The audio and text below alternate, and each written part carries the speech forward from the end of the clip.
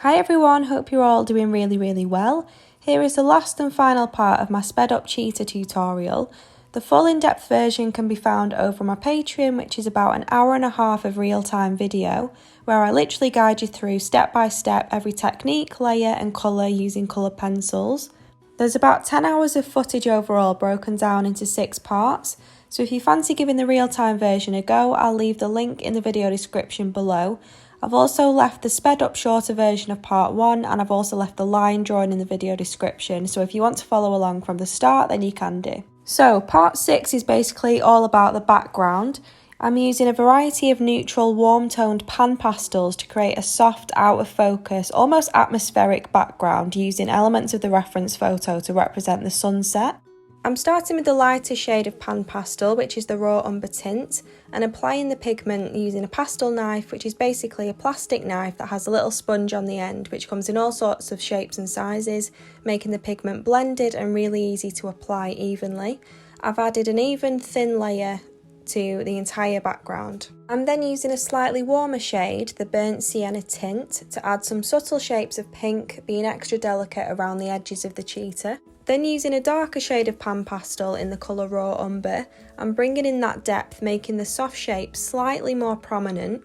I'm applying in sort of small circular motions to create kind of an even coverage and just merge it together with the surrounding pigments. As an extra little element in the background, I'm using the pan pastel shade bronze, which is actually metallic. So in certain lights, it's going to have that really nice kind of shimmer to it, adding to that kind of savannah sunset vibe that surrounds the cheetah. Paying attention to the greenery in the background, I'm adding the shade bright yellow green on either side of the cheetah, keeping the shape slightly tighter to represent the leaves of the trees, which are slightly out of focus in the reference photo. I then decided it was probably a little bit too much of a brighter colour, taking the attention away from the main subject, which is obviously the cheetah. So to tone it down slightly, I brought back some of those darker pan pastels and softened the shapes with the knife, a bigger sponge and a clean brush just to remove any loose pigment.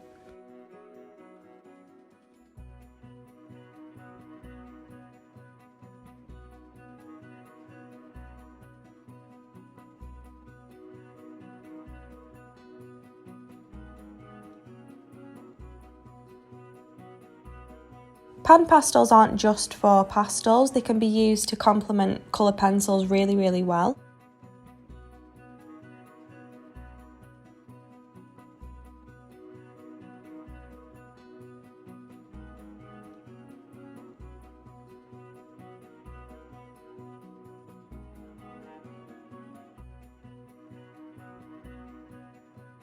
So once it's all blended and you've kind of pushed back the vibrancy of those colours, you then want to define and brighten the edges of the cheetah's fur, just to ensure it's obvious that the cheetah is kind of sat in front of the background.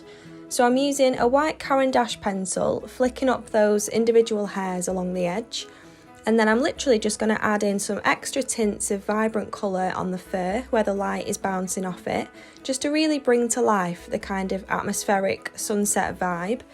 I'm also using a lot of rich burnt oranges and golden yellows to achieve that.